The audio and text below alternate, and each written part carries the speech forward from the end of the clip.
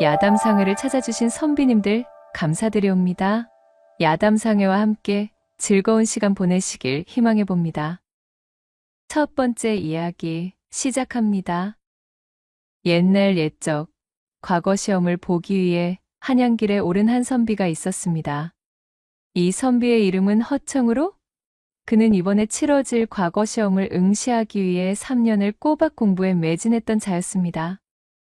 비록 허청이 아직까지 과거 시험을 통과하지 못해 관직 없는 선비였으나 그 심지가 곱고 불의를 보면 참지 못하는 심성을 지닌 올바른 사람이었지요. 게다가 옳은 일에 끼어드는 오지랖 또한 넓은 편이어서 그는 주변에서 벌어지는 마뜩찮은 일들을 그냥 넘기는 법이 없었습니다. 이번 시험길은 그 각오가 남다르니 발걸음이 더욱 무겁구나. 내 이번만큼은 반드시 정신을 일도하여 과거의 통을 받고 말리라. 이에 허청의 집안 형편이 그리 넉넉한 것은 아니었기에 그는 이번 시험에서 낙방하게 되면 자신에게는 더 이상 과거를 응시할 수 있는 기회가 주어지지 않을 것이란 사실을 아주 잘 알고 있었습니다. 그리하여 허청은 남다른 각오를 다지고 고향을 떠나온 참이었습니다. 과거 시험이 치러지는 한양을 향해 자신의 시골 고을에서부터 기나긴 여정길에 오른 허청은 딴 생각을 품을 겨를도 없이 바쁜 걸음을 놀려 부지런히 한양을 향한 길을 재촉하고 있었지요. 몇 날 며칠을 그렇게 걸어 여독이 온몸에 가득 쌓여있던 어느 날 어둑어둑해진 숲길을 힘겹게 걸어가고 있던 허청이 잔뜩 조바심을 내며 중얼거렸습니다. 어허, 이거야말로 큰일이로세. 내 분명 꼼꼼하게 셈을하여 여정길에 소요될 시간을 계산해 보았거늘 이거 아무리 보아도 중간에 길을 잘못 든 모양인 게야.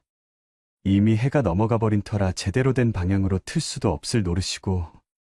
해가 떨어지기 시작한 주변은 한적하여 민가의 그림자도 보이지 않았고 해는 그 속도를 높여 산자락에서 자취를 감추기 위해 열심이었으니 허청은 애간장이 타들어가고 있었습니다. 과거 시험 응시를 위해 한양으로 길을 재촉하는 선비들은 제 걸음의 속도와 당도할 거리에 대한 대략적인 셈을 해두는 것이 기본이었습니다. 인근 민가의 주막이 나올 만한 간격을 미리 계산하여 걸어야 했으니까요. 주막이나 숙박에 대한 시설이 풍족하게 갖추어진 시절이 아니었기에 이를 꼼꼼하게 계산해두지 않고 무턱대고 걷다가는 바로 이 허청과 같이 노지에서 야숙을 해야 하는 상황이 비일비재했기 때문이었습니다. 선비된 자로 기나긴 밤 노숙을 하는 것 또한 그리 달가운 일은 아니었지만 설사 노숙을 한다 하더라도 더 큰 문제와 마주할 수밖에 없었어요. 그것은 바로 어둠을 틈타 활동을 개시하는 조선의 호랑이가 기승을 부리고 있던 시절이기 때문이었습니다. 깊은 산중에서 무턱대고 야숙을 하다가는 바로 이 호랑이의 한 끼 식사거리가 되기 십상이었지요. 해가 저 어둠이 드리워진 산길은 호랑이가 활동을 시작하여 내려오는 영역과 걸쳐진 경우가 많았습니다. 건장한 성인 남성이라도 이 호랑이의 앞발에 채여 물려가면 꼼짝없이 죽은 목숨이었습니다. 이 일을 어찌한드아. 사정이 이리 되니 허청은 애가 달아 발을 동동 구르지 않을 수 없었습니다. 바로 그때 갑자기 허청의 등 뒤에서 바스락거리는 발소리가 들려오는 것이었어요. 목덜미에 털이 쭈뼛 서는 기분이 든 허청이 재빨리 몸을 돌려서며 외쳤지요. 뉘시여! 허청의 외침이 산속 나무들을 타고 메아리처럼 퍼져나가자 큼지막한 바위 틈 뒤에서 일렁이는 그림자 하나가 보이는 것이 아니겠어요? 이보, 거기 뉘시냐 묻지를 않았소이까? 사람이면 썩 나와 모습을 보이시오. 그가 잔뜩 긴장한 채 눈을 부라리며 그림자를 자세히 뜯어보니 그것은 요사스러운 존재나 호랑이가 아니었습니다. 이윽고 그림자가 밝은 쪽으로 나와 허청 쪽으로 다가섰고 허청의 눈에 들어오는 것은 새파랗게 질린 얼굴을 하고 있는 여인이었지요. 아, 아유, 깜짝이야. 선비님 목소리에 제 쪽이 더 깜짝 놀래버렸습니다요. 저야말로 숲길에서 웬 수상한 그림자 하나가 일렁거리길래 틀림없이 산적이다 싶어 몸을 숨기고 있었구먼요. 여인이 허청을 바라보며 핀잔하듯 떨리는 목소리로 중얼거렸습니다. 허청은 놀란 가슴을 쓸어내리며 여인에게 다가섰답니다. 어이구, 이거 놀라게 했다면 내 참으로 미안하게 되었소이다. 본디 나는 과거 시험을 위해 한양으로 향하고 있는 허청이라 하는 선비라오. 해가 저무는 통에 하루 기거할 곳을 찾지 못해 급한 마음에 안절부절하다 보니 그만 경거망동을 하고 말았구려. 허청이 머쓱해하며 말하자 여인이 반색하며 대답했습니다. 어머 그러신가요? 이것 때마침 아주 잘 되었습니다. 여기서 조금만 더 걸어 들어가면 백단골이라고 조그마한 고을이 하나 나옵니다요. 제가 그 백단골에 딱 하나 있는 주막을 꾸려가고 있는 사람이지 않겠습니까요? 저 역시도 건너고을에 볼 일이 있어 그것을 마무리하고 돌아오는 길이온데 날이 저물어 전전긍긍하던 차였으니 서로 길동무나하며 가면 알맞겠습니다요. 아니 그것이 정말이시오? 그렇다면 내 기쁜 마음으로 길동무를 해드릴 테니 부디 저희 길잡이를 좀 해주시구려. 어휴, 여부가 있겠습니까요, 선비님? 저는 삼내라 부르시면 씁니다. 그러하면 염치불구하고 선비님 신세를 좀 지도록 합지요. 여인의 말을 들은 허청은 기쁜 마음으로 그녀를 맞이했고 자신의 이름을 삼내라 밝힌 여인 역시 어두운 숲길을 홀로 걸어야 하던 차에 만난 든든한 남정네를 일행으로 두게 되어 안심하는 기색이었습니다. 두 사람은 이런저런 이야기를 나누며 어느새 땅거미를 넘어선 컴컴한 어둠이 내려앉은 숲길을 헤쳐 걸어갔지요. 이윽고 백단골에 당도하자 허청은 삼내의 안내를 받으며 한 주막에 들어서게 되었습니다. 선비님 덕분으로 어두운 숲길을 낭패 없이 잘 헤쳐나오게 되었습니다. 내 감사의 마음을 덧붙여서 오늘치 선비님 숙식대는 받지 아니었으니 마음 놓고 여독이나 푹 풀고 가시도록 하세요. 주모 덕분에 나 역시 노숙의 신세를 면하게 되었거늘 참으로 감사한 말씀이오. 그러하면 내 염치불구하고 주모의 호의를 기쁘게 받아들이겠소이다. 허청은 삼내의 배포에 활짝 웃으며 호의의 고개를 끄덕이곤 감사를 표하였습니다. 주막까지 함께 걸어오며 나눈 이야기와 그녀의 마음 씀씀이로 보건대 삼내는 심성이 악한 사람 같지는 않아 보였습니다. 허청이 잠시 평상에 앉아 숨을 고르고 있자니 삼내가 익숙한 솜씨로 저녁상을 만들어 들고 나왔고 허청의 앞에 놓으며 말했습니다. 식전이신지는 모르겠으나 산길을 헤매었으니 분명 배가 허기지셨을 것 같아 챙겨보았구먼요. 뜨끈하게 한 그릇 잡수셔요, 선비님. 이거 번번이 감사합니다, 주모. 허청은 마침 배가 고팠던 차에 잘 되었다는 듯 그녀가 내민 상을 받아들고 숟가락을 들었습니다. 삼내는 허청의 상 옆에 조그마한 호리병과 소반을 내려놓고 허청이 식사를 하는 동안 자신은 홀짝홀짝 술 한 잔을 곁들이기 시작했지요. 두 사람은 길을 걸어오는 동안 채 못다한 이야기를 마저 나누며 더욱 친밀해졌습니다. 삼내가 건네는 술을 받아들어 얼큰하게 잔을 돌리니 허청은 점점 더 그녀의 호탕한 성미가 마음에 들기 시작했지요. 주모, 내 주모의 성미를 보건대 필시 이곳에서 돈방석에 앉을 귀인이시오. 사람 응대가 이리 사근하니 이곳에 머물지 않을 손님이 없겠다 이 말이오. 얼씨구 칭찬에 몸둘 바를 몰라 낯이 다 간지럽소만. 모든 객손이 다 선비님과 같이 저를 후하게 평해주는 것은 아닙니다. 세상살이가 제 뜻대로 흘러가면야 더없이 좋겠다만 그게 어디 그렇게 된답니까? 안타깝게도 저는 이 마을 여편네들에게 아주 오지게도 찍혀 주막이 박살나기 직전입니다요. 뭐라? 아니 찍히다니? 대체 그것은 또 무슨 소리여? 허청의 물음에 그녀는 땅이 꺼져라 한숨을 내쉬었지요. 허청은 구슬피 늘어놓는 삼내의 이야기에 귀를 기울였습니다. 그녀가 전해주는 이야기를 종합해보니 젊은 나이에 남편과 사별한 삼내는 이런저런 숱한 고생 끝에 겨우 이곳 백단골의 자리를 잡은 이후 마지막이라 생각하고 주막을 세우게 되었던 것이었습니다.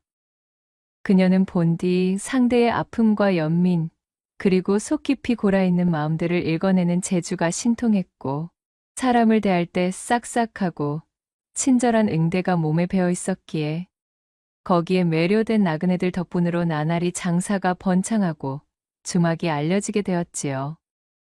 그리하여 마을의 사내들에게 주모와 이야기를 나누다 보면 10년 묵은 채증이 확 내려간다던가, 허심탄회 속마음을 내비치면 마치 명예와도 같이 답답한 부분을 어루만져 주더라 등등. 점점 이 주막의 주모인 삼내에 대한 입소문이 번지고 말았던 것입니다. 안 그래도 가장의 무게와 녹록지 않은 삶의 무게에 지칠 대로 지쳐있던 사내들이 하나둘 삼내를 찾아와서는 탁배기와 국밥을 팔아주며 그것을 핑계로 그녀와의 대화에 마음의 위안을 얻고자 하였고, 친절과 사근사근함, 그리고 삼내의 특출난 능력이 더해져 그녀에 대한 소문은 날개가 돋은 듯 더욱 퍼져나갔습니다. 그녀의 제법 반반하였던 용모도 한몫 거들었기에 저작거리 파다하게 내려앉아 있던 소문은 그 기세를 불려 눈덩이처럼 곁가지가 자라게 되었어요. 삼내를 보기 위해 많은 사내들이 찾아오는 통의 주막은 늘 국세통이었습니다. 허나 문제는 개중 태반이 이미 혼인을 한 사내들이었다는 점이었지요.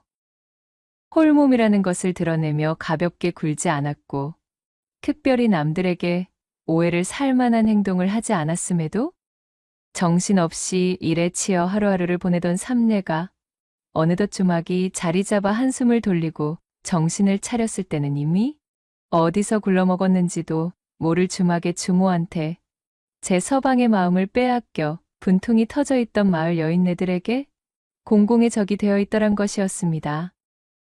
그러한 이야기를 나누는 사이 밤이 무르익어 깊어졌고, 재미없는 사연이지요?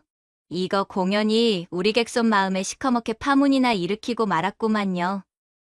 허참, 무슨 그런 말씀을.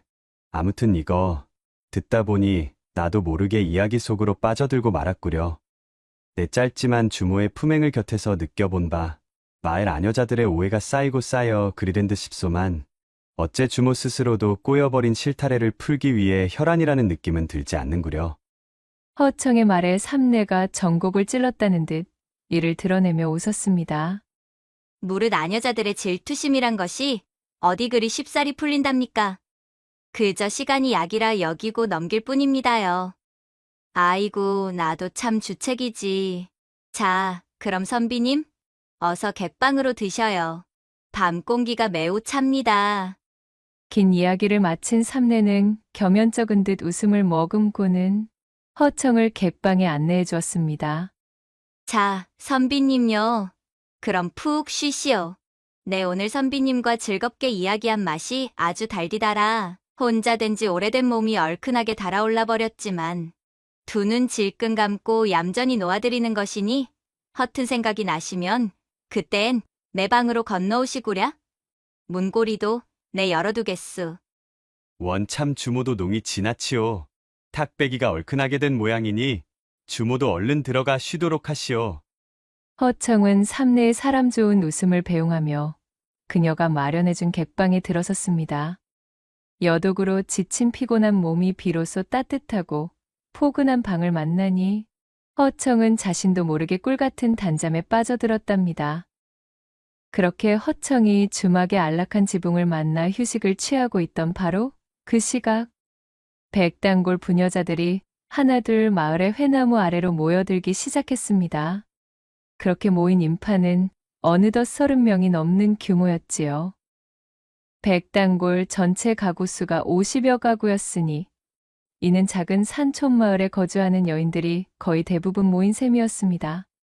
개중 유난히 드세 보이는 한 여인이 자신의 팔을 북북 걷어붙이고는 축대로 번쩍 올라섰습니다. 자, 모두들 아주 잘 모이셨습니다들. 이 자리에 모이신 여러 형님, 아우들, 오늘 일이 우리가 움직이게 된 이유는 모두 잘 알고 있으리라 믿습니다. 깔끔하고 고즈넉하던 우리 고을에 흙탕물 웅덩이를 만드는 미꾸라지 같은 년이 있지요? 바로 저 동박 주막집의 주모 삼내년입니다. 오늘만큼은 기필코 우리가 저 삼내년을 요절을 내야만 한단 말이오. 재작년인가 어디서 흘러왔는지도 모를 여편네가 난데없이 동구 밖에 주막을 내더니 이 백단골에는 하루도 바람 잘 날이 없지 않겠습니까? 이 집 저 집 부부싸움이 아주 그칠 날이 없습니다. 그 말을 들은 다른 여인들도 하나둘 맞장구를 치며 외쳤지요. 이참에 아주 주막에 불을 질러 버립시다. 옳거니 그 집 부엌에 있는 술독들을 몽땅 작살내버리고 살림살이도 박살냅시다요. 그년의 손발을 꽁꽁 묶어놓고 구멍을 틀어막아 버립시다. 선선한 바람이 불어오는 단풍의 가을 하늘, 넉넉한 보름달빛을 받아 아름답기만 해야 할 밤 시간이거늘. 회나무에 모인 이 부녀자의 부대는 씩씩대는 콧김을 뿜으며 저마다 살벌한 말들을 입 밖에 뱉는 것으로 대동단결하더니 이윽고는 동구 밖으로 진격하는 것이었습니다. 그렇게 기세 좋게 주막 안까지 들이닥친 부녀자들의 소란에 달콤하게 녹이던 잠이 달아나 버린 허청이 심상치 않은 분위기를 알아차리고 밖으로 나왔지요. 허청을 발견한 한 여인이 그를 손가락으로 가리키며 소리를 질렀습니다. 얼씨구 또 어디서 외간산의 놈을 물어와서는 저리 객방에 넣어놓고 웃음을 팔고 있었구만. 이 여편네를 그냥 두면 아니 될 일입니다. 어디서 저런 궁둥짝이 가벼운 년이 들어와 이 마을의 위계를 뒤흔든단 말입니까? 아까 전 삼례가 읍소하던 대로 과연 아녀자들의 분노가 하늘에 닿아? 흉흉하기 이를 데 없는 기세였습니다. 서슬퍼렇게 외치는 그네들의 난리법석을 잠자코 보고 있던 허청이 팔짱을 낀 채 그들의 동태를 살피고 있었습니다. 모인 여편네들의 분위기가 어째 이대로 두었다가는 필시 삼례가 말한 대로 경을 쳐도 단단히 칠 것만 같았으니까요. 이보시오들 진정들 좀 하시오. 이 이야기를 듣자 하니 오해가 쌓여 있는 듯한데 말로 해결할 일을 어찌 이리 때로 모여와 겁박을 준단 말이오들. 우리가 진정하게 생겼소. 거 아무것도 모르시는 양반 같으신데 우리들 일에 상관치 마십시오. 허청이 그들을 타일렀으나 아무런 소용이 없었습니다. 이윽고 삼례 역시 마당의 소란을 듣고 제 방에서 걸어 나왔지요. 삼례를 발견한 한 덩치 큰 부녀자가 삼례에게 삿대질을 하며 버럭 대가릴성을 놓았습니다. 삼내 내 인연, 내 죄를 내가 알렸다? 그리고는 마치 그것이 신호였다는 듯 부녀자 일행들은 다짜고짜 그녀에게 달려들어 치도곤을 놓기 시작했습니다. 삼례는 이미 각오했다는 듯 그들의 성화에 반항하거나 변명할 생각도 없어 보였습니다. 처연한 표정으로 그저 좋을 대로 하라는 듯 자포자기한 모양새였지요. 그것을 보다 못한 허청이 대노하여 크게 일갈하며 그녀들을 뜯어말렸지요. 아니 이것들 보시오. 이것이 대체 무슨 짓들이오. 도저히 더는 보아줄 수가 없으니 멈추지 않는다면 나 역시 가만히 있지 않을 것이오. 꼿꼿이 서서 밤하늘이 찢어져라 고함을 지르는 허청의 기세에 삼례의 옷을 찢어발기며 그녀를 바닥에 눕히던 백단골 온 동네 여자들이 말 한마디 못하고 어안이 벙벙한 모습으로 멈춰섰습니다. 허청이 분노에 찬 얼굴로 말을 이어나갔지요. 내 자세한 사정을 모르는 외지인이라고는 하나 이것 하나만큼은 잘 알겠소. 여기 이 주모는 댁들에 비해 빼어나게 젊은 것도 아니고 그렇다고 용모가 견줄 수도 없을 수준으로 빼어난 미색도 아니오. 그럼에도 불구하고 당신들의 남편들이 어째서 이 주모의 면을 보기 위해 찾는지 궁금하지 않으시오들? 어찌하여 이 주모와 하룻밤에 인연을 만들지 못하여 안달인지 그대들은 정녕 모르시겠소들? 문제의 본질을 모르고 핵심을 외면하여 애꿎은 주모만 드자비를 하려더니 참으로 내 답답할 뿐이외다. 진정한 문제는 바로 그대들에게 있는 것이오. 씩씩대며 콧김을 뿜던 그들에게 누가 찬물 한 바가지를 끼얹은 듯? 허청의 일갈 앞에 그들은 대꾸 한마디 없이 조용했습니다. 그것은 마치 정곡이라도 찌른 듯한 형국이었습니다. 허청은 기세를 몰아 더욱 열변을 토했지요. 한 번씩들 나의 말을 곰곰이 되짚어보고 반문들 해보시오. 번잡스러운 아이들 잠들기만을 학수고대 기다려 그제야 겨우 한 번 더듬더듬 안 사람 곁으로 가면 어떻소? 피곤하다고 발길질이 날아오고 그것도 아니면 벌써 잠이 들어 입을 벌리고는 코까지 드르렁드르렁 골고 있지는 않았소?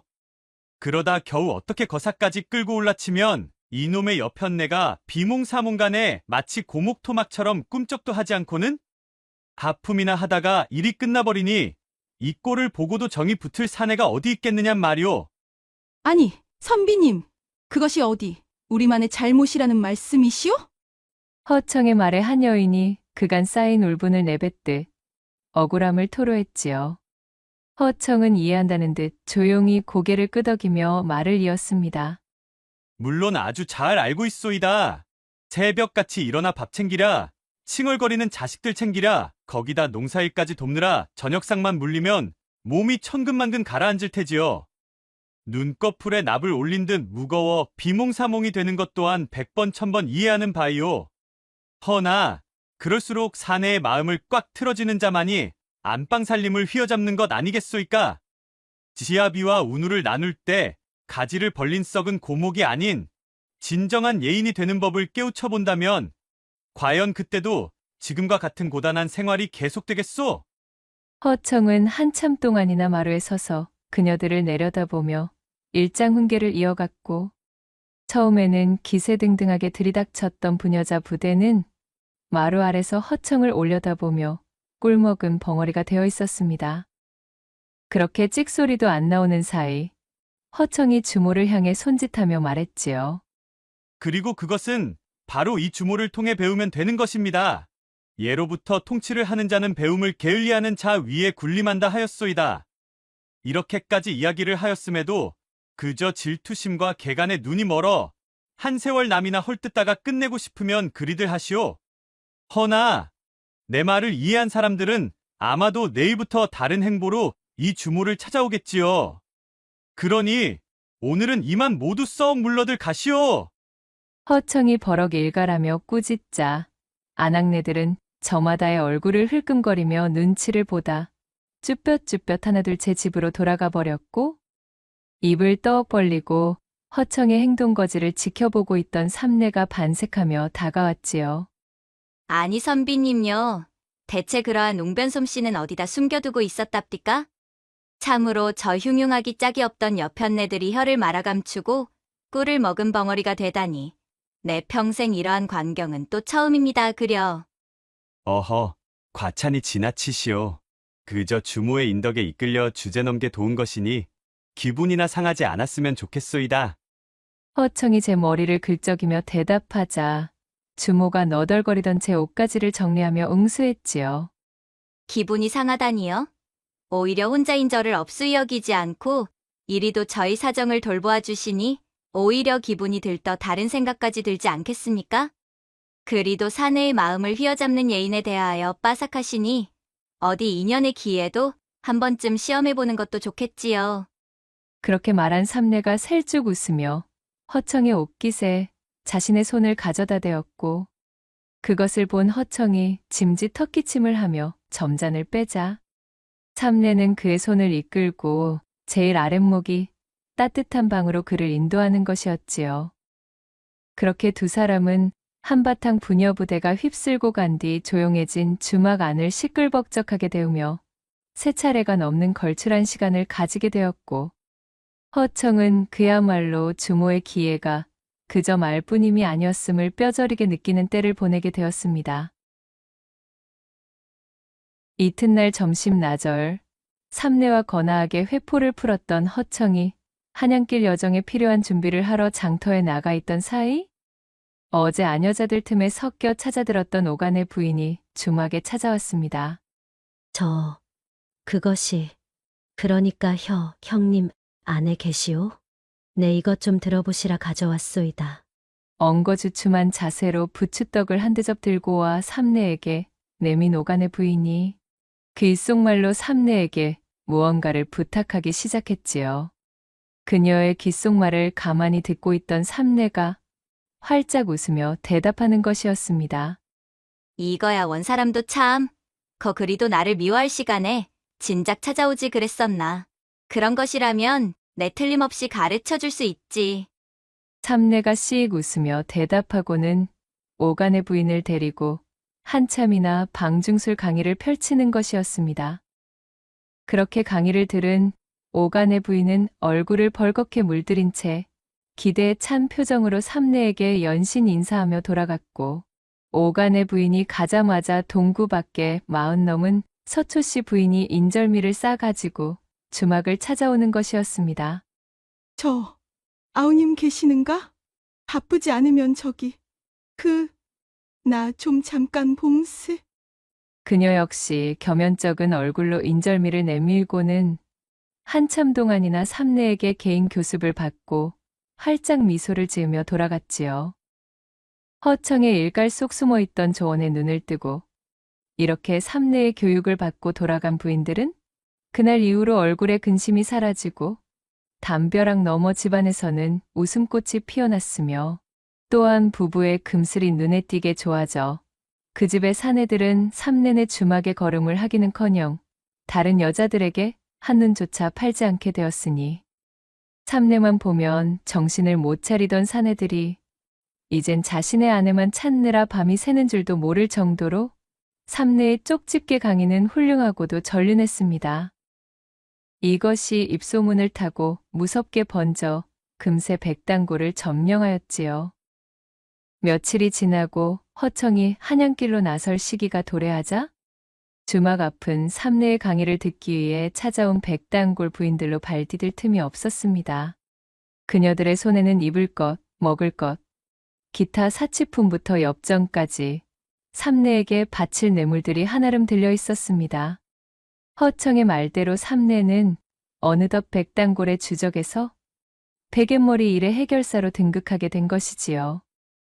그렇게 허청은 삼내를 도와 주막의 번성과 그녀의 안녕을 도모하였고, 삼내는 허청을 은인으로 삼겠다며 과거를 보고 돌아오는 길에 다시 제 주막을 들러준다면 일전의 밤과는 비교도 할 수 없는 묵직한 보은으로 허청에게 보답하리라 약속하며 웃어 보였습니다.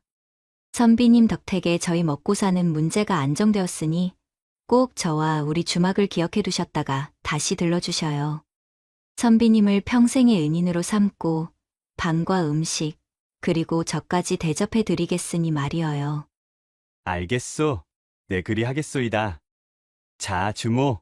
그럼 몸 건강히 잘 지내시오. 허청은 버선발로 마당까지 나와 자신을 배웅해주는 삼내에게 손을 흔들어 인사하고는 한양을 향해 다시금 발걸음을 재촉하였습니다. 그렇게 허청이 한양을 향해 또다시 머나먼 여정에 오른 지 얼마 뒤 또 한 번 걸음의 속도 계산에 실패해버린 허청. 어허, 한 번도 아니고 2번씩이나 일이 낭패를 맞이하다니 나도 참 구제불능이로다. 한밤중 인적 드문 길가에서 노숙을 해야 할 처지가 되자 난색을 표하며 허둥지둥하던 찰나였습니다. 비키시오, 비켜서시오. 그런 허청의 옆으로 웬 근사한 가마 하나가 앞질러 지나가는 것이었지요. 허청이 한쪽으로 비켜서며 가마 안을 흘끗 바라보니 안에는 한 여인이 타고 있었습니다. 가마의 모양새가 서둘러 자신의 집으로 돌아가는 듯한 낌새였지요. 오라, 참으로 다행이로다. 이 앞으로 나아가면 인가가 있나 보구만. 노숙 신세를 면할 수 있다는 기대에 허청은 걸음을 재촉하여 가마를 쫓아가기 시작했습니다. 그렇게 허청이 가마를 쫓아간 지 머지않아 어느 큼지막한 기와집 한 채가 그의 눈앞에 나타나게 되었고, 대문 앞에는 가마꾼과 그 안에 타고 있던 여인의 것으로 보이는 발자국들이 어지럽게 남아있는 것으로 보아 가마의 목적지도 분명 이 집이었음이 틀림없었습니다. 이리 오너라. 과거길을 재촉 중인 한양행의 한선비여. 하룻밤 신세를 부탁하려 하니 부디 문을 열어주시오. 과거시험 응시생의 선비들이 한양길로 향하는 도중 이렇듯 날이 저물어 묵어갈 곳이 필요할 때 방문하게 되면 응당 손님방을 내어주고 식사를 제공하는 것이 보편적이었습니다. 그것을 허청도 잘 알고 있었기에 나온 행동이었지요. 허청의 목소리를 듣고 대문이 열리며 주인장의 모습을 드러냈습니다. 오호라, 과거길에 오른 선비님이시군요. 자, 고생이 많으십니다. 어서 안으로 드시지요. 허청이 마당으로 들어서며 주인장에게 감사 인사를 전하려 그의 얼굴을 살펴보는데 집주인의 표정에 깊은 수심이 짙은 것이 어쩐지 예산 일이 아닌 듯 보였답니다. 헌데 주인장, 어찌 그리 얼굴에 수심이 가득하십니까? 이거 어쩐지 신뢰를 끼치는 것 같아 마음이 편치 않아 그러합니다. 아니요. 그런 것이 아니외다. 사실은 그것이 말입니다. 주인장은 고개를 저으며 안쪽의 방을 향해 처연한 시선을 던지고는 말을 이었습니다. 공교롭게도 집안에 그리 좋지 않은 우환이 있어 말이지요. 혼이 난 지 얼마 되지도 않은 하나뿐인 나의 아들이 그만 정체도 모르는 작자의 손에 죽임을 당하였지 뭡니까? 하염없이 시간만 흐르고 있으나 아직 범인은커녕 작은 단서조차도 잡지 못한 상태라오. 관아에서도 그저 조사 중이니 기다리라는 말만 되풀이하고 있으니 내 너무도 괴로운지라 그것이 얼굴에 씌여 있는 모양이오. 허청은 하필 제 아들의 초상을, 그것도 불미스러운 일을 당한 아들의 초상을 맞이한 주인의 집에 묵게 된 것이 조금 편치 못하였지만 그렇다고 바깥에서 노숙을 해야 할 처지에 만난 지붕이었기에 가릴 처지가 못 되었지요. 이거 참으로 송구스럽습니다. 심려가 크신 분께 더듬 면이 서지 않는군요. 염치불구 집안에 누가 되지 않도록 조용히 묵어가겠습니다. 그렇게 허청은 조금 긴장한 채 이 집에서 하룻밤을 지내게 되었답니다. 참경은 깊어가고 잠자리는 편안했지만 어쩐 일인지 허청은 잠을 이루지 못하고 있었습니다. 한참을 이리저리 뒤척이던 그는 몸을 일으켜 마당으로 나와서 신선한 밤바람을 쐬며 머리를 식히고 있었지요. 헌데 그런 허청의 눈에 수상하기 짝이 없는 그림자 하나가 들어왔습니다. 바로 담벼락을 월담하고 있는 어느 건장한 형체였답니다. 아니 이리도 야심한 시각에 이 무슨 수상하기 짝이 없는. 허청은 놀란 마음에 즉시 사람을 부르려다 말고 퍼뜩 어떤 생각이 미쳐 입을 닫고 조용히 그림자를 쫓기로 마음먹었지요. 분명 이 집안에서 벌어진 우환과 관계가 있으리라 짐작했기 때문이었어요. 그림자는 살금살금 발끝을 세워 조심스럽게 집 안으로 들어가고 있었고 허청 역시도 그림자가 자신을 눈치채지 못하도록 만전을 기해 뒤를 따르고 있는데 이것이 아무리 보아도 그림자가 향하는 방향이 수상한 것이었습니다.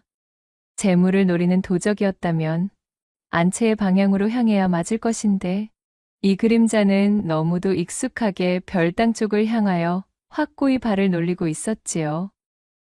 노리는 것이 무엇이든 별당이 목적지라는 점은 이 집안의 내부 사정을 잘 알고 있는 자임이 틀림없어 보였답니다. 게다가 그림자가 향한 별당으로 가까이 가니 이 집안에 당도하기 전 허청을 지나쳤던 가마가 문 앞에 놓여 있는 것이 아니겠어요? 가마 안에서 보았던 여인은 정황상 분명 이 집안의 며느리, 즉 죽임을 당한 아들과 혼인하여 과부가 된 여인일 터였습니다. 가마를 확인한 그림자에서 낮은 웃음소리가 들려왔지요. 그리고는 이곳이 제 목적지가 맞다는 듯 별당 안으로 훌쩍 들어가는 것이었어요. 어찌 이리 해괴한 혹여나 과부의 신세가 된 안악을 보쌈해 가려는 작자인가. 대강의 사태를 파악했다고 여긴 허청이 이번에야말로 사람을 부르려는데 아니 웬거려? 별당체 안에서 시시덕대며 웃음을 나누는 소리가 들려오지 않았겠어요. 이를 의아히 여긴 허청이 문 밖에 귀를 바짝 대고 안쪽의 소리를 염탐하자 월담한 그림자는 몹쓸 짓을 벌이려 침입한 자가 아닌 처음부터 이 과부 여인과 정을 통하기 위해 들어온 면식의 사내였습니다.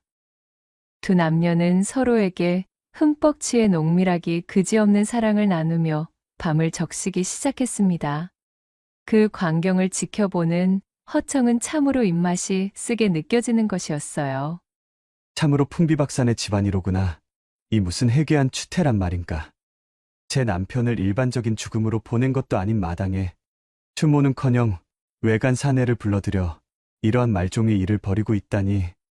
내 과거에 통과하여 벼슬을 얻게 된다면 반드시 이 집안에 들러 이 과부 며느리의 난잡한 행실을 단죄하고 말리라. 허청이 혀를 차고는 몸을 돌려 제 방으로 돌아가려던 바로 그때 방 안에서 잔뜩 흥에 취해 있던 사내의 목소리가 들려왔습니다. 내 드디어 당신과 일이 한 이불 속으로 들어와 정을 통하고 있으니 참으로 감개무량하오. 일이 이다지도 쉽게 흐를 줄 알았다면 좀 더 일찍 이 집안의 아들놈을 해치울 걸 그랬지 무어요. 그대의 부탁대로 그대의 남편을 처리했으나 관에서도 전혀 우리에 대한 단서를 잡지 못하고 있지를 않수이까? 이 말을 들은 허청의 눈에 분노가 가득 실렸습니다. 천인공로할 일을 사주한 며느리와 그것을 실행한 정부가 한 통속으로 움직인 범죄였던 것이었지요. 내 어찌 이 파렴치한 것들의 실태를 목격하고도 그냥 넘길 수가 있겠는가. 허나 지금의 내 신부는 그저 과거 시험을 목전에 둔 선비 나부랭이일 뿐. 이 사실을 당장 주인장에게 전한다면 분명 일정의 차질이 생길 터이니 허청은 반드시 과거에 합격하여 이곳으로 돌아와 불의를 밝히고 아들의 억울한 죽음을 풀어줄 생각이었습니다. 그런 마음을 먹고 이를 갈며 조용히 방으로 돌아온 허청은 불편한 마음으로 쿵쾅거리는 염통을 부여지고 겨우 잠이 들었지요. 꿈속에서 한양으로 향하는 오솔길을 걷고 있던 허청은 맞은편에서 걸어오는 다른 한 선비를 만나게 되었습니다. 허청과 가까워진 선비가 반갑게 인사를 건네왔어요. 여기에서 유생차림의 선비님을 다 만나보게 되는군요. 한양으로 향하는 분이시오? 예, 그렇소이다. 내 과거 시험을 위하여 한양으로 가는 중이지요. 허청의 대답에 선비가 고개를 갸웃거리며 반문했습니다. 과거 시험이라 하셨소이까? 헌데 어찌하여 지금 한양을 향하고 계신단 말씀이시오? 어제까지가 마지막 과거 시험이었거늘. 뭐시라고요? 그것이 무슨 소리십니까? 어제가 마지막이었다니. 분명 날짜가 아직인 것으로 아는데 그럴 리가 없소이다. 그럴 리가 없다니 무슨 말씀이십니까? 제가 벌써 어제 과거를 치르고 돌아가는 길이니 잘 알고 있지요? 선비의 말에 허청은 다리에 힘이 풀려 주저앉을 뻔하였습니다. 이번 과거를 위해 준비해온 시간이 장장 3년이었거늘 날짜를 잘못 알아 응시조차 해보지 못하다니요. 그것은 너무도 가혹한 일이었지요. 아니, 절대로 그럴 리가 없소이다. 아직 열흘이나 남은 시험이 어찌 어제가 마지막이라는 것이오? 선비는 딱하다는 듯 혀를 차며 대답했어요. 이거 선비님께서 날짜를 잘못 외고 계시었구려. 여기 이것을 보십시오. 그 말을 한 뒤 선비는 제 품속에서 종이를 한 장 펼쳐 보이는 것이었습니다. 허청이 종이를 받아들어 보니 그것은 정말 과거 시험의 출제지와 그에 대한 답안을 빼곡히 적은 종이었지요. 이럴 수가. 허청은 결국 그 자리에 털썩 주저앉고 말았고 허탈한 마음을 감추지 못한 채 선비에게 받아든 과거 시험지만을 뚫어져라 내려다보았습니다. 그런데 이것이 어찌된 일인지 시험지에 적힌 글자 하나하나가 너무도 뚜렷하고 선명하게 허청의 머릿속으로 들어오는 것이었지요. 허청은 홀린 듯 종이 속의 내용을 읽고 또 읽어내려갔습니다. 본의 아니게 한참 동안이나 그것을 암기하고 있던 허청이 퍼뜩 고개를 들고는 선비를 향해 물었지요. 아니헌데 이 출제문과 답안을 선비님께서는 어찌 시험장에 제출하지 아니하고 이리 들고 나오셨단 말이십니까? 이것이 진짜 출제문이었다면 이 답안은 누가 보아도 급제감의 훌륭한 답안이오만. 그의 물음을 들은 선비는 씩 미소를 지어 보이더니 허청의 어깨를 툭툭 두드리며 말했습니다. 이보시오, 선비님이시오. 네, 그럼 그대만 굳게 믿겠소이다. 그 말을 끝으로 허청의 눈이 번쩍 뜨이며 꿈에서 깨어났습니다. 온몸이 식은땀 투성이인 상태로 문을 여니 어느새 아침이 밝아 있었습니다. 이것은 필시 평범한 꿈이 아니다. 신묘하고도 기약이 짝이 없는 간밤의 꿈에 허청은 주인장이 권하는 아침상도 마다한 채 황급히 채비를 하고는 집안을 나섰습니다. 그리하여 우여곡절 한양에 당도하게 된 허청은 그 길로 과거 시험의 일정부터 알아보았고 다행히 자신이 알고 있던 그 날짜가 맞았기에 시험까지는 여유가 남아있음을 알게 되었습니다. 안도한 허청은 과거 시험 당일까지 지낼 주막방을 하나 잡은 뒤 꿈속에서 보았던 단문의 내용을 종이에 적어내려갔지요. 그리고는 뭔가에 홀린 듯 그 내용을 암기하고 또 암기했습니다. 그렇게 과거 시험날이 다가왔고 시험장에서 출제자가 고하는 출제문을 유심히 듣고 보니 과연 꿈속의 선비가 건네준 종이에 적힌 그대로의 문제가 출제된 것이지 뭐겠어요. 토씨 하나 빠지지 않은 그대로의 원문이었습니다. 역시 그러하였구나. 허청은 눈을 감고도 쓸 수 있을 만큼 문제의 답안을 외고 있었기에 손쉽게 답안을 적어 내려갈 수 있었고 그렇게 수월히 과거에 합격하여 장원급제를 차지하게 되었습니다. 암행어 사직을 맡게 된 허청은 그 즉시 얼마 전 자신이 묵었던 집안의 파렴치한 며느리와 내연남에 대한 사실을 고하였고 그렇게 허청의 출도지로 낙점받게 되었습니다. 암행어사 출도야를 외치며 들이닥친 허청과 관졸들은 그 집의 과부 며느리와 내연남을 잡아들여 자백을 받아내었지요. 두 사람은 며느리가 이 집안으로 혼인을 오기 전부터 이미 내연하여 사통하고 있던 사이였으며 집안의 재산을 노릴 요량으로 작당하여 신랑을 해치고는 근처의 연못에 주검을 유기한 것이었습니다. 모든 사건의 전말을 밝혀낸 허청이 과부 며느리와 그의 정부를 지엄한 국법으로 심판하여 관하에 하옥시킨 후 주인장에게 그간에 얽혀있던 사실을 알려주며 그를 위로하자 주인장은 크게 감격하였습니다. 그는 허청에게 자신의 수건과도 같은 일을 해주었다며 제 아들의 묵은한을 풀어주어 너무도 감사하다는 말과 함께 아들의 위패를 모셔둔 방으로 허청을 데리고 갔지요. 그곳에서 위패 위에 붙어있는 아들의 초상화를 본 허청은 깜짝 놀라고 말았답니다. 그는 바로 꿈속에서 허청과 마주쳐 그에게 과거 시험의 출제문을 전해준 바로 그 선비였던 것입니다.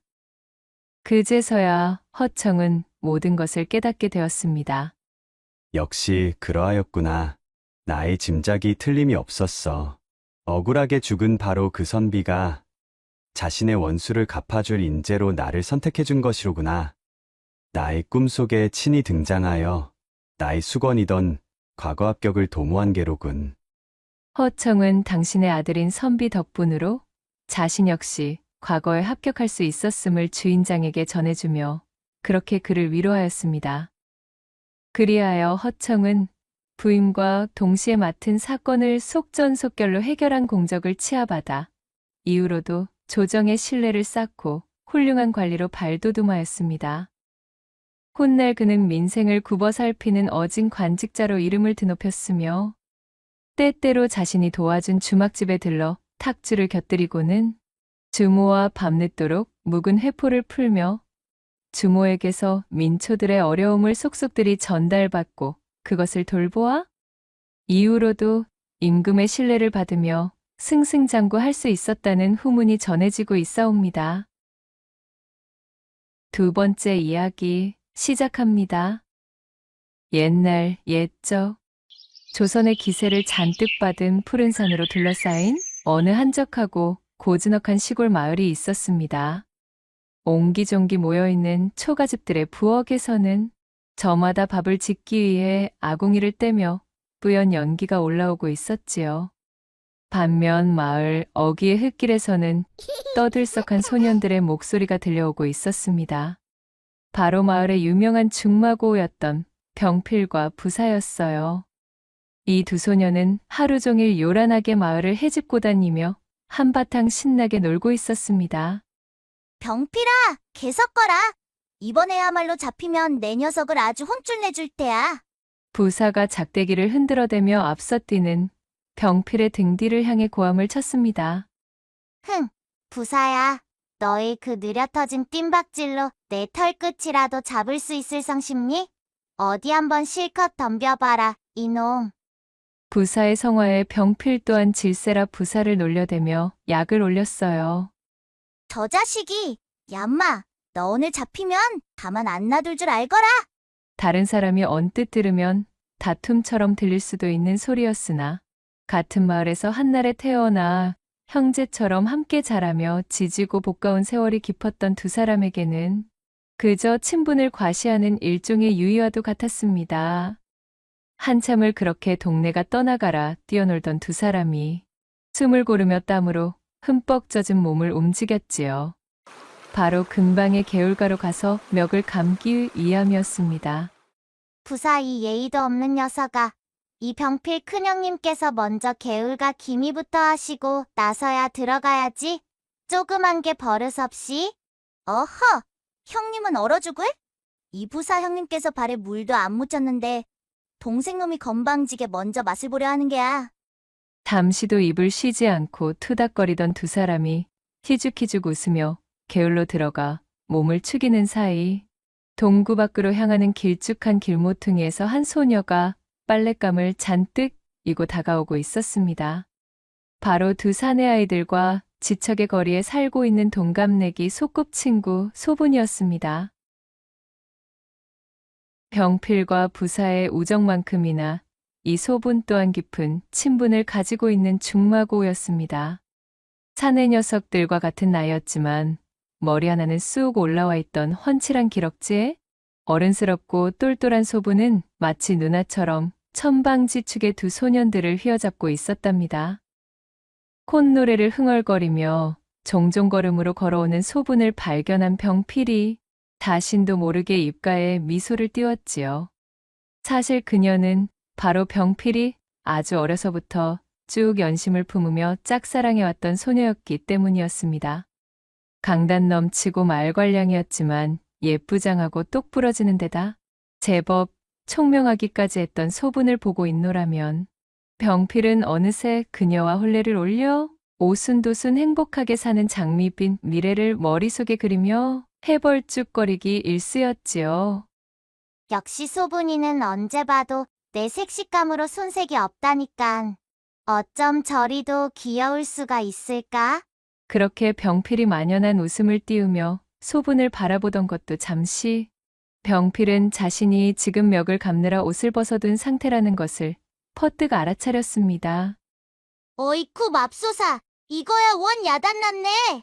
병필이 제 볼을 발갛게 물들이며 황급히 벗어둔 옷을 주워 입기 위해 개울 밖으로 나서려고 하는데 멱을 감다 말고 소분을 발견한 부사가 냅다 그녀를 향해 손을 흔들며 빽 소리쳤습니다.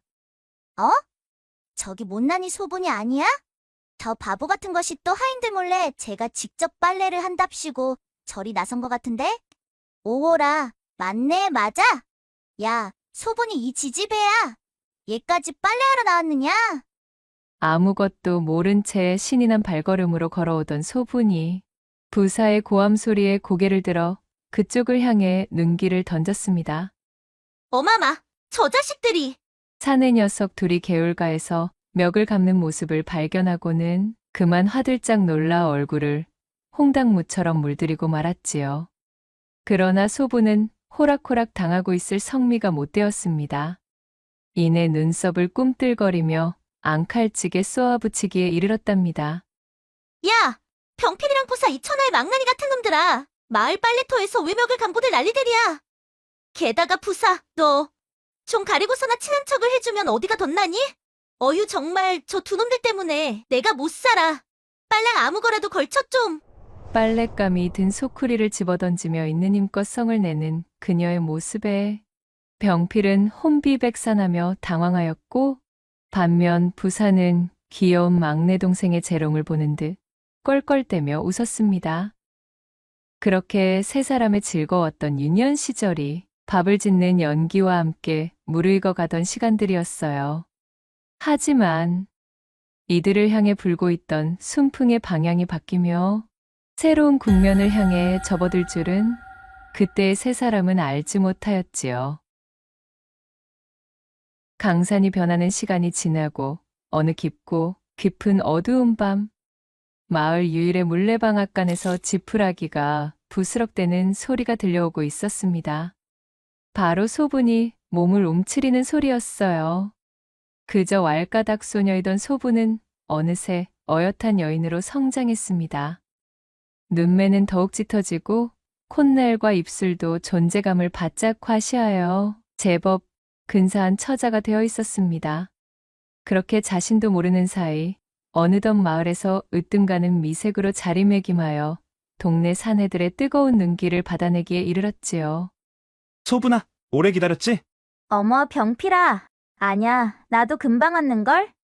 조그마한 소년 병필 역시 나이가 훌쩍 차 건실한 청년이 되어 소분의 이름을 부르며 그녀 옆에 다가섰습니다.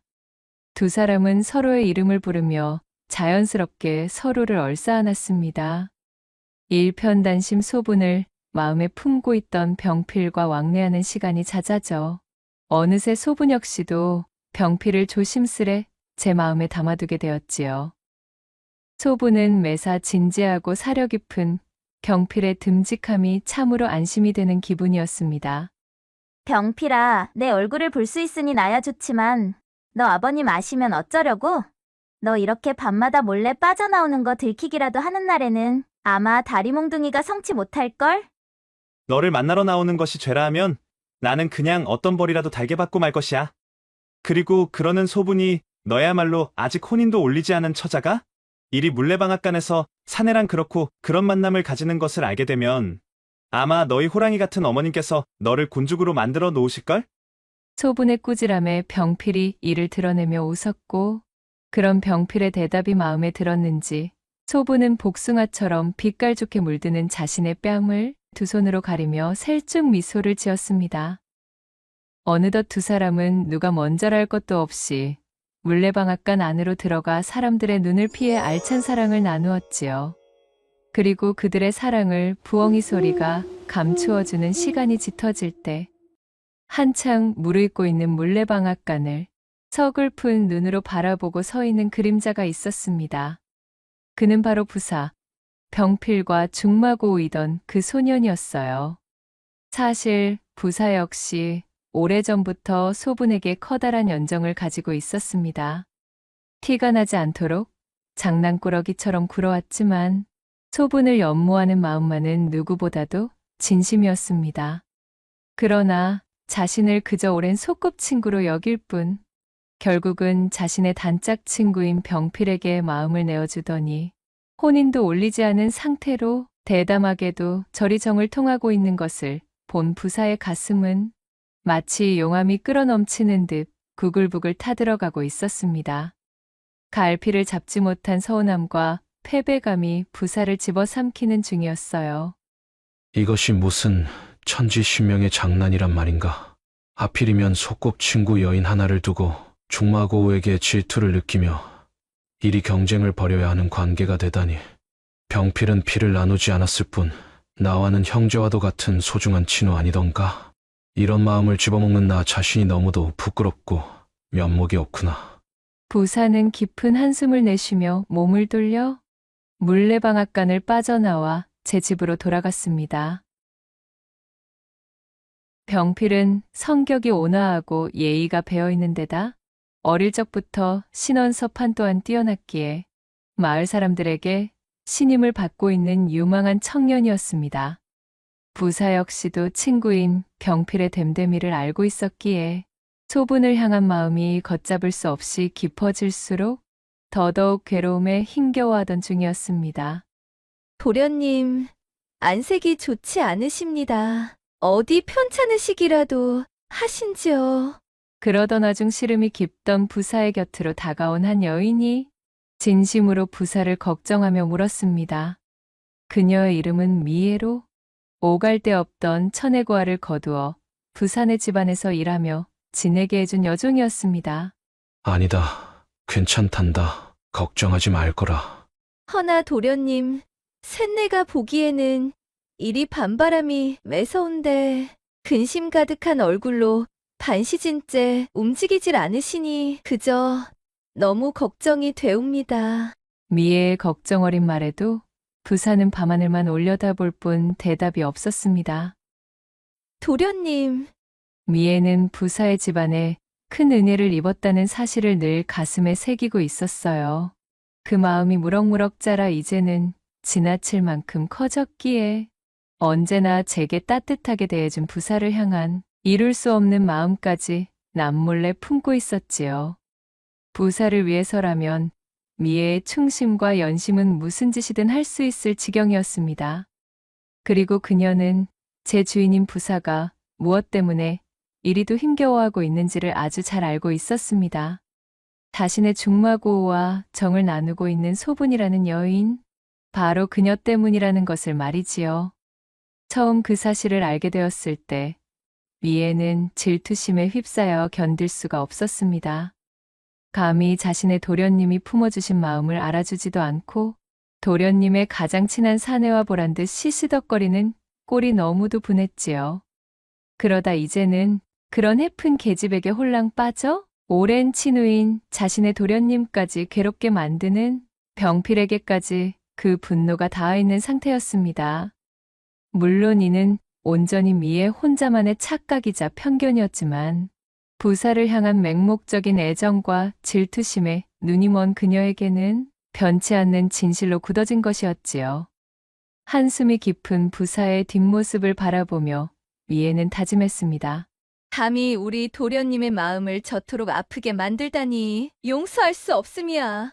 우리 도련님은 저리도 힘겨워하시는데 그것들은 신이 나서는 방탕하게 어울리고 있다니. 도련님을 대신해서 반드시 그것들에게 복수할 테다. 이를 갈며 서슬퍼런 눈빛을 뿜는 미애의 얼굴에서는 휘영청 뜬 밤하늘의 달빛조차도 베어낼 정도의 살기가 맺혀 있었습니다. 그러던 어느 날이었습니다. 이른 아침부터 마을의 선앙당에 사람들이 모여 웅성대고 있었습니다. 이 선앙당은 마을에서 매우 신성시 여기는 장소로 제 아무리 지체 높은 양반 가문이라도 산신과 선앙님의 노여움을 살 수 있다는 두려움 때문에 결단코 함부로 건드리지 않는 곳이었지요. 그런데도 선앙당 입구에 영험한 수령이 높은 신목 주변에 둘러져 있던 금빛 새끼줄과 장신구들이 간밤 감쪽같이 없어지지 않았겠어요. 모여든 사람들의 얼굴엔 불안감이 가득했습니다. 아니 대체 어떤 놈이 이 귀한 것을 겁도 없이 함부로 건드린 것이여? 이러다 신목에 부정이 옮아서는 동티라도 나버리면 마을에 화를 입기 쉽상대 말이여.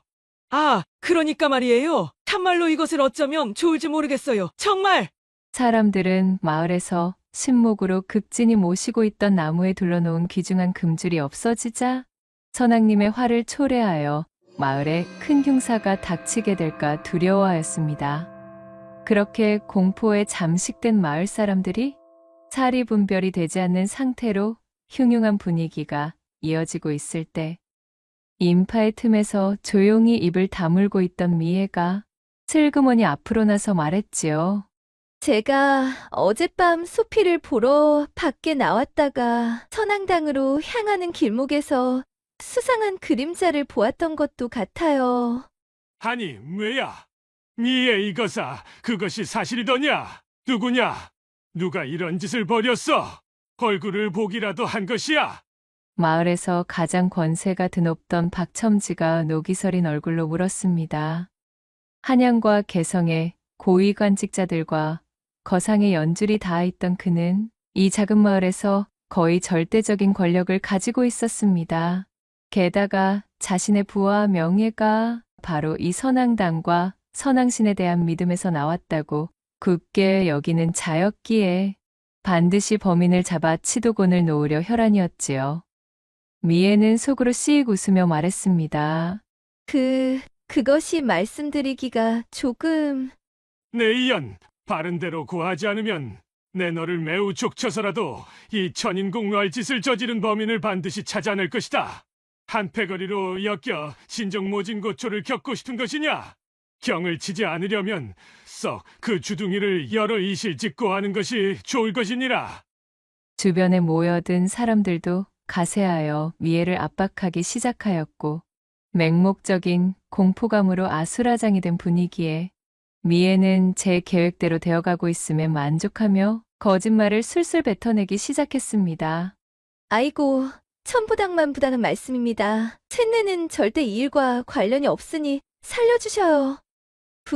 분명 그것은 병필 도련님이었습니다. 두 눈으로 똑똑히 보았습니다. 게다가 달빛이 내리비치던 순간에는 분명 금줄로 보이는 긴 새끼줄이 손에 들려있지. 뭡니까요? 새치어를 놀리다 경을 칠 것이 두려워. 그만 아무 말도 못하고 있었지. 뭐예요? 미애의 말에 사람들은 모두 놀랐습니다. 그 성실하고 평판 좋은 병필이 그런 짓을 할 위인으로는 보이지 않았기 때문이지요. 그때 마을의 한량들이 앞으로 나서 입을 놀렸습니다. 그들은 평소 병필을 고깝게 여기던 자들로 미애와는 사전에 이미 약속이 되어 있던 무리였어요. 병필 도련님은 평소에도 이 선왕당을 싫어하셨지요. 전에는 한번 이곳에 불을 지르고 싶다고 중얼거리던 혼잣말을 들었습죠. 맞습니다. 가만히 생각해보니 예전에도 이곳에서 선왕신을 욕보이는 말들을 하면서 돌담을 훼손하는 걸 본 적이 있는 것도 같습니다요. 추가로 등장한 증인들까지 가세하자 박첨지와 마을 사람들의 눈에서는 분노가 가득했습니다. 유망하고 인품이 올곧은 청년인 줄 알았더니 뒤로는 감히 이런 몹쓸 짓을 하고 다니는 놈이렸다. 여봐라, 당장 병필과 그 집안을 뒤집어야겠으니 어서 채비하거라.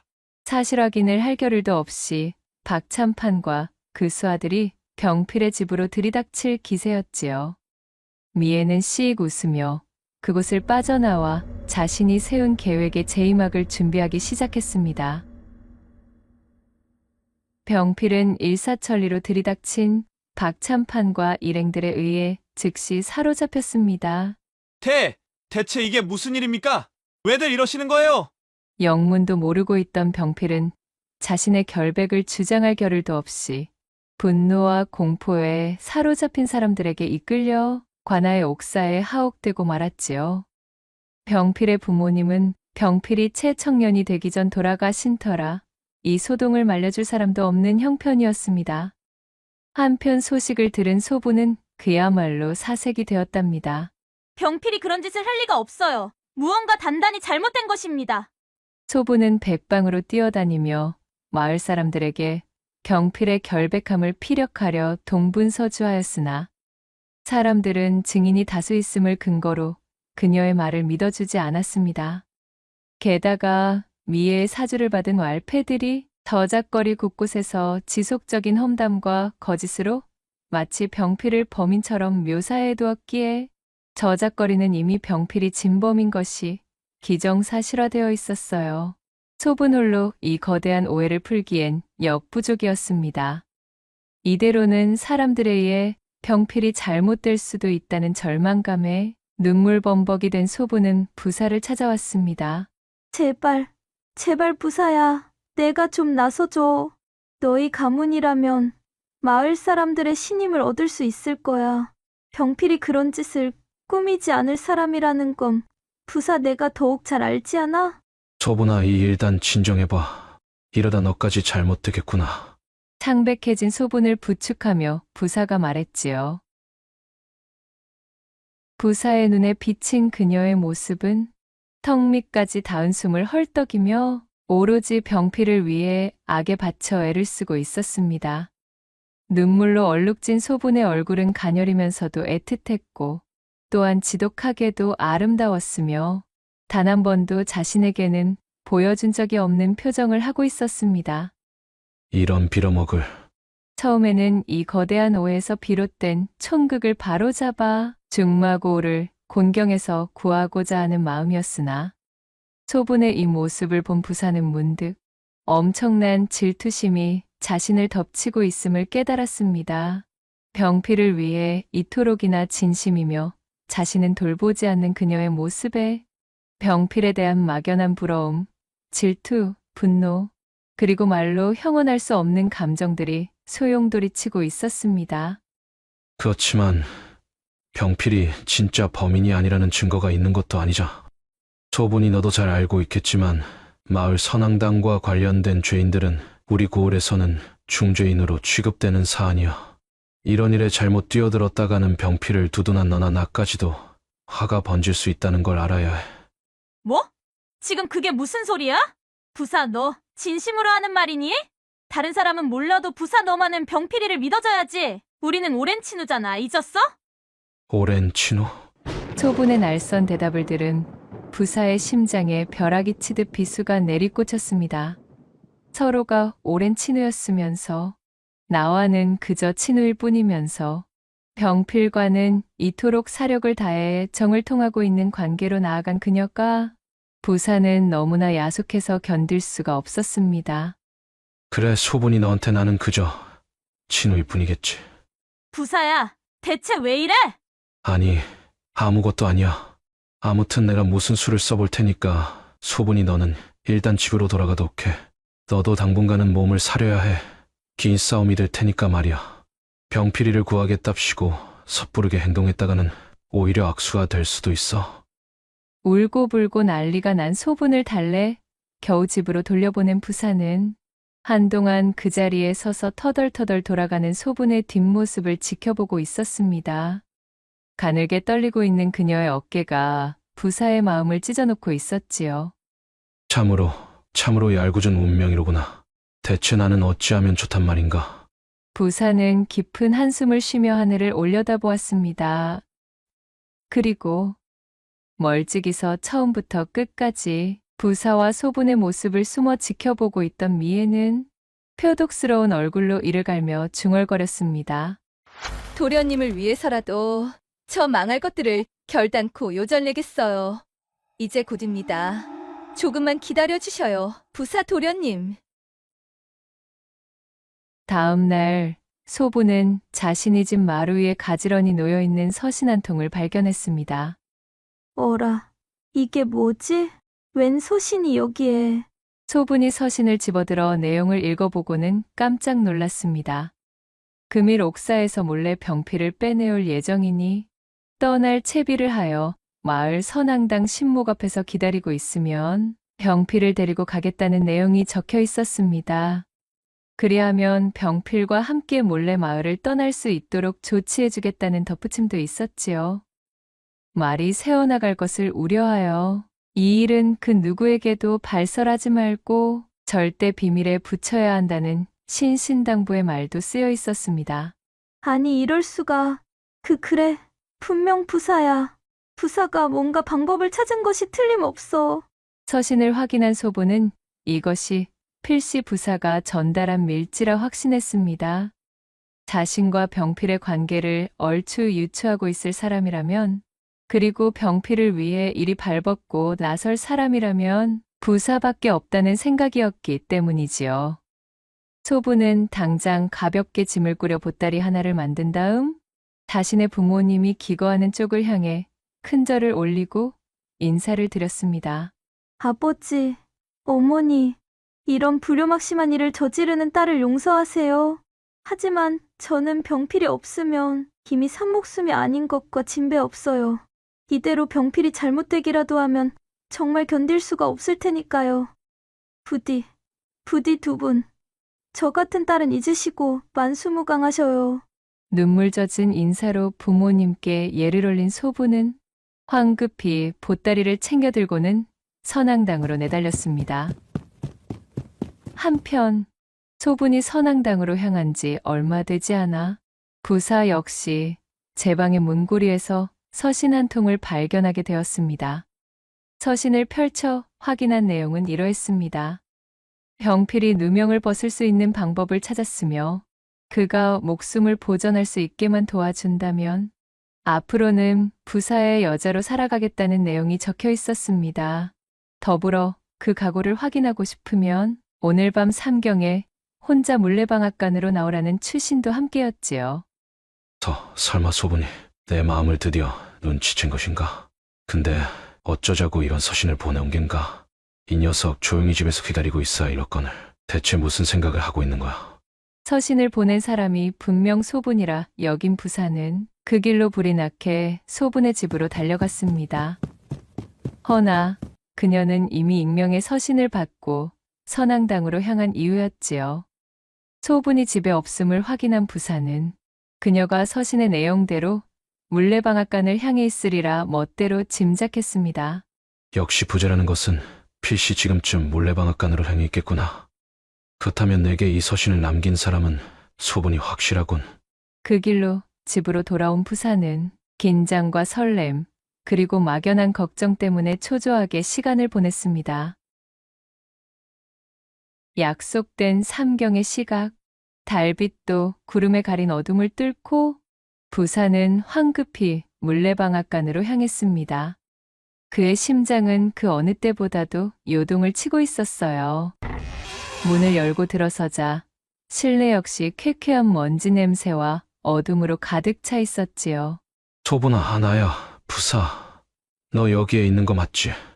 부사가 소분의 이름을 부르짖음과 동시에 손으로 더듬어가며 안으로 들어서는데 그의 손목을 부드럽게 잡아채는 손길이 느껴졌지요.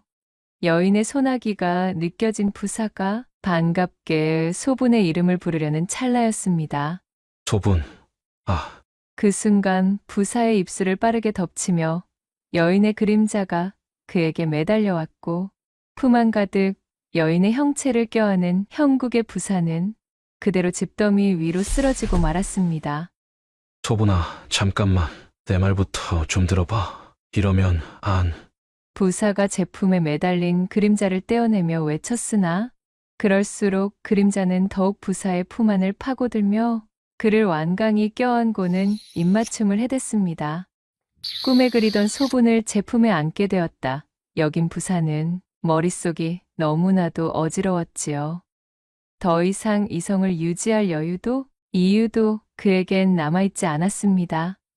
부사는 그대로 제품 안에 파묻혀 있는 그림자를 와락 껴안으며 그간 품어온 연심을 마치 활화산이 폭발하는 듯한 모양새로 그렇게 무아지경의 사랑을 나누기 시작했습니다. 소분아, 나는 정말이지 이날만을 기다려왔단다. 줄곧 너를 내 마음속에 품고 있었어. 부사의 기쁨 어린 목소리에 여인의 그림자는 응답이라도 하듯 밀착하여 그의 사랑을 받아들였지요. 반면 마을의 선앙당 신목 앞에서는 숨을 헐떡이며 주변을 두리번거리는 여인이 있었으니 바로 소분이었습니다.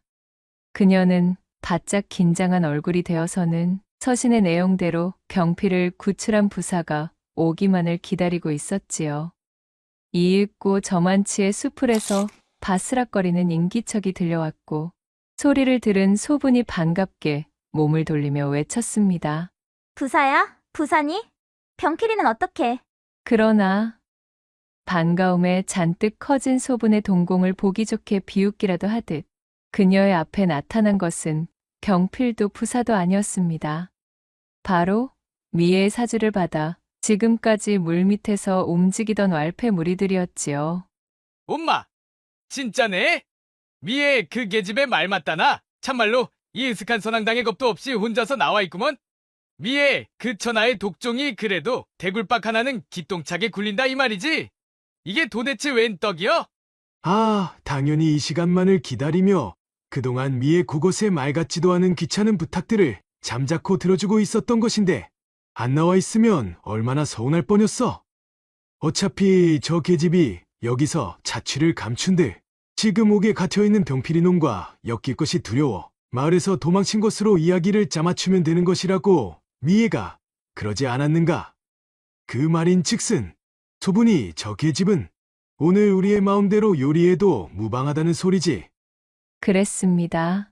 이는 모두 미애가 꾸민 계략이었습니다. 소분에게 보낸 서신은 부사가 아닌 미애가 보낸 것이었지요. 소분이라면 경필을 구하겠다는 일념 하나에 눈이 멀어 반드시 이 서신의 내용대로 혼자 움직일 것이라는 미애의 예상은 그대로 적중했어요. 이 사실을 까마득하게 몰랐던 소분은 다급한 마음에 앞뒤 확인할 생각도 없이 홀로 선앙당 앞으로 나온 것이었습니다. 왜들 이러셔요? 그 이상 다가오면 소리를 지르겠어요. 창백해진 소분이 핏기 가신 얼굴로 뒷걸음치며 그들을 향해 외쳤으나 오히려 왈패들을 자극할 뿐이었습니다. 어디 한번 질러보라지. 야심한 삼경에 아무도 찾지 않는 이런 외진 선앙당까지 제 발로 찾아와 놓고 저리도 아둔할 수가. 사내들은 흉흉한 웃음을 띠며 소분에게 다가섰습니다. 키득거리며 재빨리 다가선 왈패들은 그 길로 소분의 입을 틀어막고는 신목 뒤로 끌고 갔습니다. 그리고는 예전부터 침을 흘리며 벼르고 있던 소분에게 자신들의 음험한 욕구를 풀어대기 시작했지요. 삼경이 훌쩍 넘은 선앙당 깊은 숲속에서는 부엉이의 구슬픈 울음소리가 소분에 찢어지는 비명소리를 묻어버리고 있었습니다. 이게 도대체 어떻게든. 물레방앗간에서의 길고 긴 사랑이 끝이 나고 충만한 기분으로 호롱을 켰으나 자신의 품에 안겨있는 여인이 소분이 아닌 자신의 여종 미애였음을 확인한 부사의 목소리가 미친 듯이 떨려왔지요. 도련님, 쇳내가 드디어 오랫동안 품어오던 염원을 오늘 밤 풀었습니다. 이젠 정말이지 죽어도 여한이 없습니다요. 반쯤 정신이 나간 사람처럼 싸늘하게 웃으며 말하는 미애의 얼굴을 본 부사는 말 그대로 섬뜩한 공포를 느꼈습니다. 자신의 여종에게 농락당했다는 분노보다도 맹목적인 목적 하나에 심취해 어리나간 듯한 얼굴로 이리도 무서운 계략을 꾸민 미애에 대한 두려움이 더 컸지요. 아니 설마 그렇다면 내가 꾸민 짓이란 말이냐? 이제까지의 모든 사건들이 전부 미애 너의 계략이었다는 말이더냐? 내가 어떻게 감히? 부사가 배신감에 치를 떨며 소리치자 미애가 눈알을 굴리며 대꾸했습니다. 일전에도 말씀드렸지요. 저는 도련님이 아파하시는 모습은 제가 죽는 것보다도 견디기 힘들다는 것을 말입니다요. 도련님을 아프게 만드는 것들을 절대 용서할 수가 없지요. 물론입니다. 절대로 용서할 수는 없는 법입니다요. 자, 도련님. 이제 쇳내는 몸도 마음도 모두 도련님의 것이 되었어요. 그간 도련님께서 그토록 애를 태우셨던 바로 이 물레방앗간에서 말이지요. 쇳내 참으로 여한이 없습니다. 감히 양반자 제분을 탐한 천것이라고 지금 당장 목을 치셔도 저는 기꺼이 받아들이겠어요. 소분이는 지금 어디에 있느냐?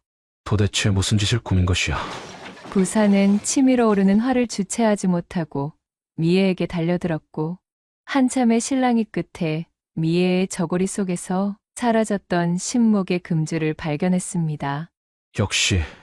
역시 미애니라 범인이었구나. 참으로 이리도 지독할 수가. 대체 어쩌자고 선왕당의 신목을 건드린 것이냐? 진정 너에게 닥칠 화가 두렵지도 않았더냐? 도련님을 제품으로 안을 수 있었는데 그까짓 화가 무엇이 두렵겠어요. 자, 도련님. 이제 도련님의 마음을 아프게 한 그 잡것들은 싹 잊고 저와 함께 새로운 삶을 꾸려나가요. 저라면 도련님이 원하시는 것은 그 어떤 것이라도 따를 준비가 되어 있어요. 쇳내는 도련님만의 것이어요. 자, 어서요. 초점 잃은 눈동자로 두 팔을 벌리며 부사를 향해 외치는 미애의 모습에 부사는 그만 새파랗게 질려 혀를 내두르고 말았습니다. 그는 몸을 일으켜 물레방앗간을 나서며 소리쳤지요. 당장 소분이 어디 있는지 고하지 않으면 나는 이 자리에서 혀를 깨물어 버릴 것이야. 그러니 어서 말하거라. 소분은 어디에 있느냐? 이렇게는 아니 된다. 이것은 일어나서는 아니 되는 일이었단 말이다. 정신을 차리거라, 미애야. 그 말과 함께 부사가 입술 바깥으로 혀를 빼어무는 신용을 하자 부사를 쫓아나오던 미애가 크게 움찔하며 바닥에 무릎을 꿇고 외쳤습니다. 아니 됩니다. 도련님. 말할게요. 말하겠습니다. 제발 옥체의 상처를 내지 마셔요. 미애는 그간 자신이 꾸민 계획과 소분의 위치를 몽땅 털어놓았습니다. 미애의 말을 모두 들은 부사는 깜짝 놀라며 몸을 돌려 선앙당을 향해 뛰어가 버렸지요. 일말의 지체나 망설임도 없이 자신을 버려두고 선앙당을 향해 달려가는 부사의 뒷모습을 본 미애는 쓰디쓴 웃음을 지으며 중얼거렸습니다. 마지막 순간까지도 도련님은 그 잡것의 안위를 걱정하시는군요. 허나 도련님은 오롯이 제가 먼저 품게 되었으니 이것으로 도련님은 영원히 저의 것이 되었습니다. 셋내는 그것으로 모든 목적을 이루었어요. 앞으로도 셋내는 영원히 도련님의 곁에 남아있겠어요. 차갑게 웃음을 뱉은 미애는 품속에 있던 금주를 꺼내들고는 물레방앗간의 대들보를 올려다보았습니다. 잠시 후 물레방앗간에서는 둔탁한 소리가 들려왔고 이후로 미애의 인기척은 들리지 않았습니다. 한편 부사는 선앙당으로 향하는 길목에 서서 때마침 마주친 마을의 술라대원에게 간략히 사정을 설명했습니다. 지금까지 일어난 마을의 사건에 관한 내막과 진범, 그리고 현재 선앙당에서 큰 화를 입었을지도 모르는 소문에 대한 이야기를 전해주었습니다. 자신이 선앙당으로 향하는 동안 관아에 이를 알려 관졸들과 함께 와달라 부탁한 부사는 정신없이 내달려 선앙당으로 향했지요. 제발 무사히만 있어다오. 부사는 한때나마 그릇된 마음을 품어 미애에게 속아 욕심을 부린 것으로 인해 소분에게 화가 미칠 것이 견딜 수 없이 두려웠지요. 그는 달리는 동안에도 소분이 무사하기만을 빌고 또 빌었습니다.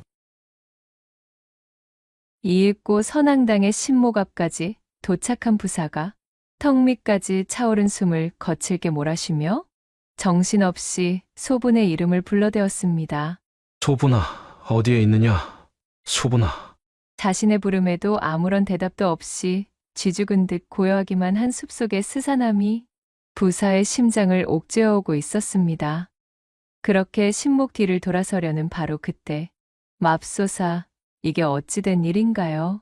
하마터면 부사는 너무 놀라 까무러칠 뻔하였습니다.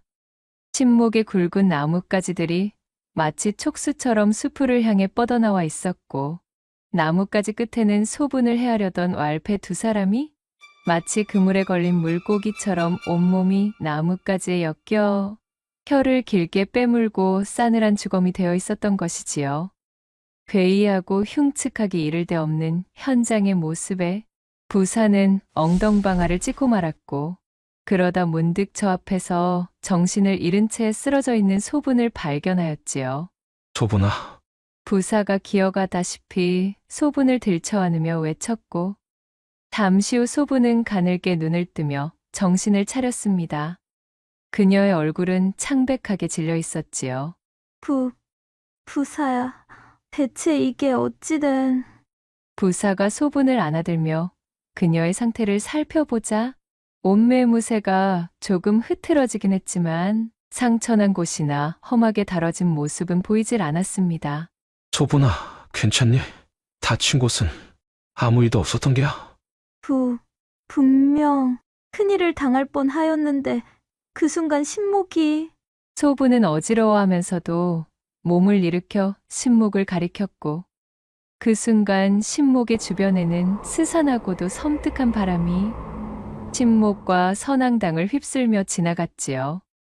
선앙당의 부정한 일을 저질러서 그만 신목에게 화를 당한 거야. 부사는 왈패들의 주검을 바라보며 낮게 중얼거렸고 이윽고 길목 끄트머리에서 횃불이 일렁이며 관졸들과 마을 사람들이 뛰어오는 소리와 함께 두 사람은 그만 정신을 잃고 혼절하고 말았습니다. 모든 내막을 알게 된 박첨지와 마을 사람들은 병피를 옥사에서 꺼내주며 거듭 사죄의 말을 전했습니다. 이거 참으로 미안하네. 정황도 따져보지 않고 이리도 엄한 사람에게 누명을 씌우다니. 네, 참으로 면목이 없네 그려. 약수하네만 사죄의 의미로 앞으로 자네들의 미래에 필요한 자금과 여타 지원을 내 결단코 아끼지 않음세. 박첨지와 주민들은 진심으로 사과의 뜻을 내비쳤고 다시 만나게 된 병필과 소부는 서로를 힘껏 껴안으며 뜨거운 기쁨의 눈물을 흘렸지요. 먼 발치에서 그 모습을 씁쓸하게 바라보고 있던 부사는 더 이상 자신은 그 두 사람의 곁에 있을 자격이 없다 여기게 되었습니다. 삿된 마음으로 소분을 품으려던 사실, 그리고 중마고우의 곤경에 눈을 감으려 했던 사실, 제가 데리고 있던 여종의 모함으로 두 사람에게 큰 고초를 겪게 했다는 사실까지, 그 모든 것들이 부사를 고통스럽게 했습니다. 부디 행복하길 바란다. 병필아 그리고 소분아. 부사는 병필과 소분의 진심 어린 행복을 빌며 그 길로 출가를 하여 속세를 등지고 깊은 산속의 암자로 들어가 승려의 길을 걷게 되었습니다.